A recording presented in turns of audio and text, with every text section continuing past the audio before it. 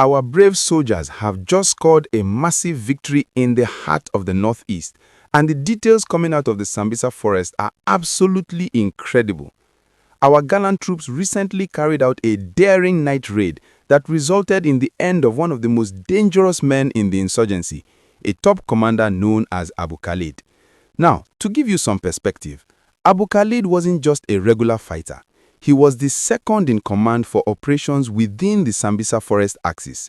He was the one responsible for the logistics and the planning of many of the attacks we've seen recently. Our soldiers moved in with professional precision in the Konduga area, and not only did they neutralize him, but they also took down 10 of his fighters without a single loss on our side. This is the kind of news that makes us proud of our military. If you are happy to see our troops winning like this, please go ahead and hit that like button right now and subscribe to this channel so you never miss these important updates. But the story gets even more high-tech and interesting from here. While the soldiers were cleaning up the ground, they also managed to strike a huge blow to the enemy's eyes in the sky. There have been reports and massive headlines about the arrest of a drone supplier who was providing these groups with commercial drones. You see, the war is changing, and these groups have been trying to use technology to monitor our troops. By arresting the person responsible for bringing in this hardware, the military has effectively cut off their vision. Imagine a group trying to fight without knowing where the next move is coming from. That is exactly what our military has achieved here. This shift towards stopping the suppliers and logistics brains, rather than just the foot soldiers, is a game changer for our national security. Don't forget to share this video with your friends so they can see what's really happening on the front lines. Now, why is this happening so effectively right now? It is because our military has changed its strategy from just waiting for attacks to actually going into the hideouts to find the trouble before it finds us. Plus, there's some serious support backing them up. We are talking about a massive 2026 budget of over 1.5 trillion naira dedicated to making sure our soldiers have the best gear, the best food, and the best technology. We even have about 300 international advisors and specialized troops providing intelligence and training to ensure our boys stay 10 steps ahead of any threat. It's a new era for our security forces, and the results are starting to speak for themselves. Before I move on to the next part of this gist, make sure you are subscribed to the channel because we have more exclusive details coming up about how these drones were being smuggled. So, let's dive deeper into the drone situation because this is where the gist gets really spicy. You see, for a long time, the biggest challenge for our soldiers was the porous nature of our borders. We share thousands of kilometers with countries like Niger, Chad, and Cameroon, and the bad guys have always used these hidden paths to smuggle in weapons and hide.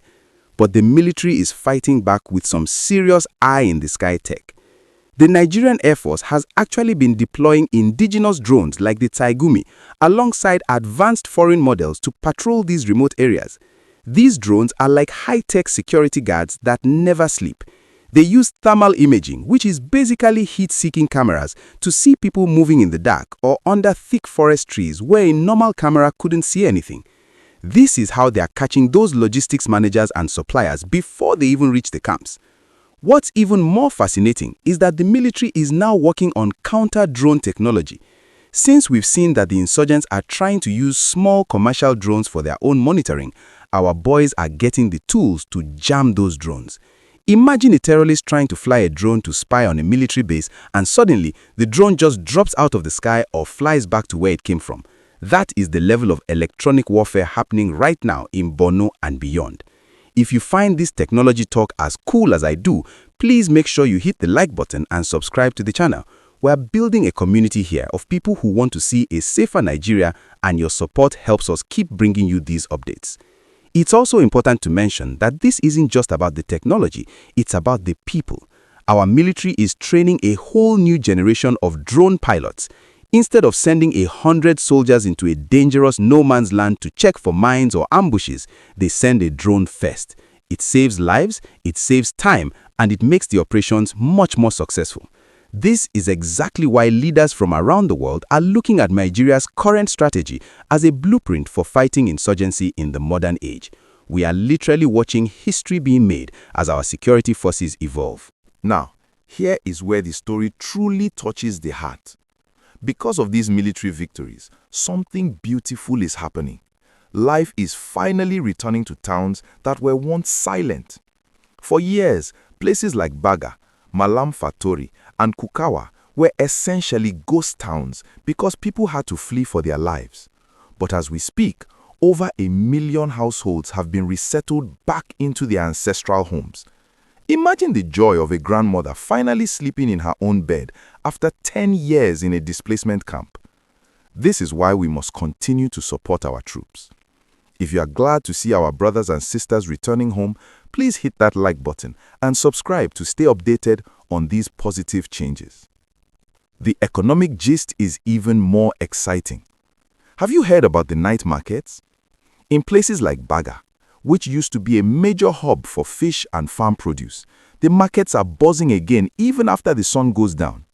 Traders are once again exporting fish to other parts of Nigeria and even across the borders. This isn't just about security. It's about putting money back into the pocket of everyday Nigerians.